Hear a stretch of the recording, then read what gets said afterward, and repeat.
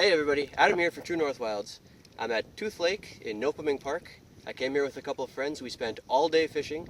The weather was perfect. The fishing was steady. Not the hottest that we've had, but it was good. It was a good day. And I took the opportunity to bring out my Simple Fishing RLM box for July, the all Canadian box, all Canadian lures. And I figured I would give them a try out and see how they did on this wonderful smallmouth bass lake.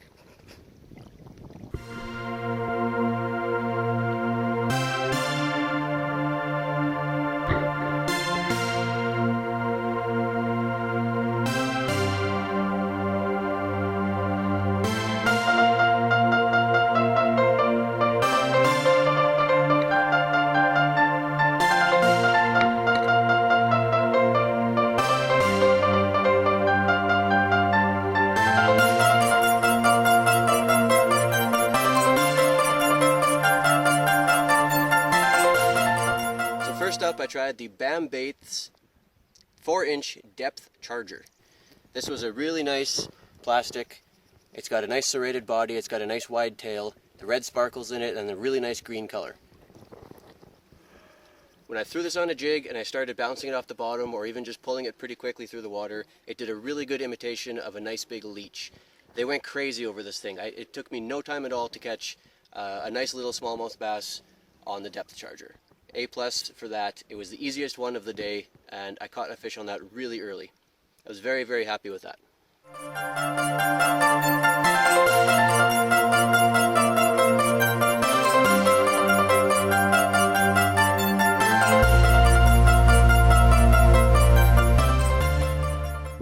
So next up I had the Smart Baits Mighty Minnow. This is a fluke-shaped plastic. It's got a really nice light color. It's got some sparkles in there. It's got a nice shape, it's got a nice tail shape. This bait changes color in the water. For my purposes here, I found that a little bit gimmicky. It didn't add much to the lure, but I still caught a fish on it. I caught a nice little fish, just because it had a nice action to it. The tail actually has a good action swimming through the water. The shape is good. It resembles a bait fish pretty well. The color changing was a bit gimmicky. I don't feel it really added anything to the lure, but I still caught a fish on it fairly easily within a few casts of trying in a few different spots. So not too bad for that. I wouldn't buy this specifically for the color changing, but the quality of the plastic and the tail and the action in the water was good enough that I would probably pick these up for that aspect.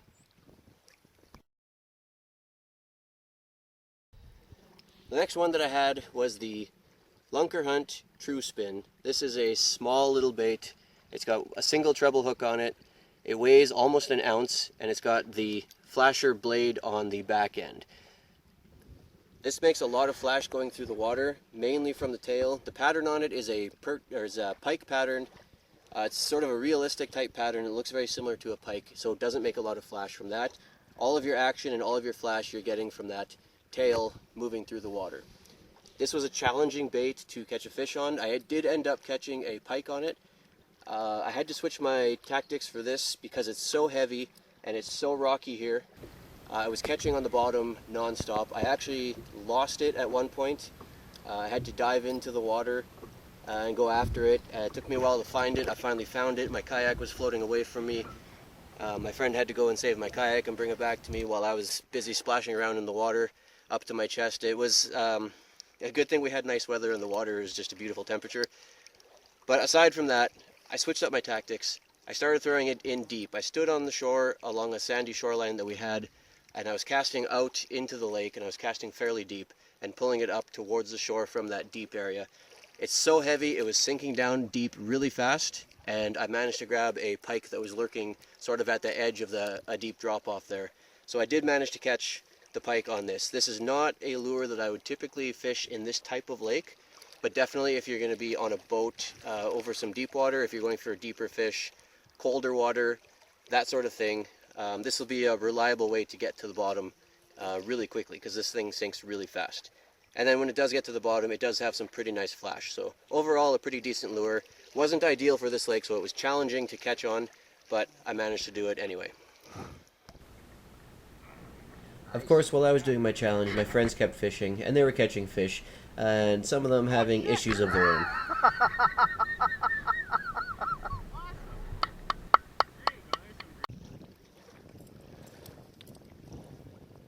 My last lure for this challenge was the Freedom Tackle spoon in the minnow color. I really like this spoon. It's a really unique shape. It's got a really nice color to it. The silver and the blue created a lot of flash. The beads through the middle gave it a lot of chatter in the water, and just the way that the line is hooked on gave it a really nice action as it was swimming through the water. It was really good. It was also really hard to catch a fish on. I don't know why, because everything about this lure just was good and it was right for the conditions. I had a lot of hits on it. I had the water is nice and clear here. I could look down, I could see all kinds of things going after it, but the bass here had a really hard time getting a hold of this and actually getting hooked. So it took me a lot of tries to finally get a fish on this, and when I finally did, funnily enough, it was a little tiny bass, not much bigger than the lure itself, that finally hooked on. It was a lot of fun to use this. The action in the water, I really liked it. I would definitely use this again in most other types of lakes that I fish in. For most other fish that I fish for, this will be a good lure. Even though it was one of the most challenging ones here, for whatever reason, I'm not sure.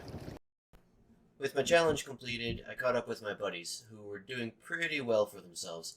They had a nice pike, a couple nice bass. Nobody went home skunked. We caught a lot of good eater-sized bass to take home for later, and we didn't drop any more out of the boat after catching them. So all in all, we had a really good day. The weather just stayed perfect all day. We caught a lot of fish. It was pretty steady bites. I finished my challenge. All the lures worked pretty well.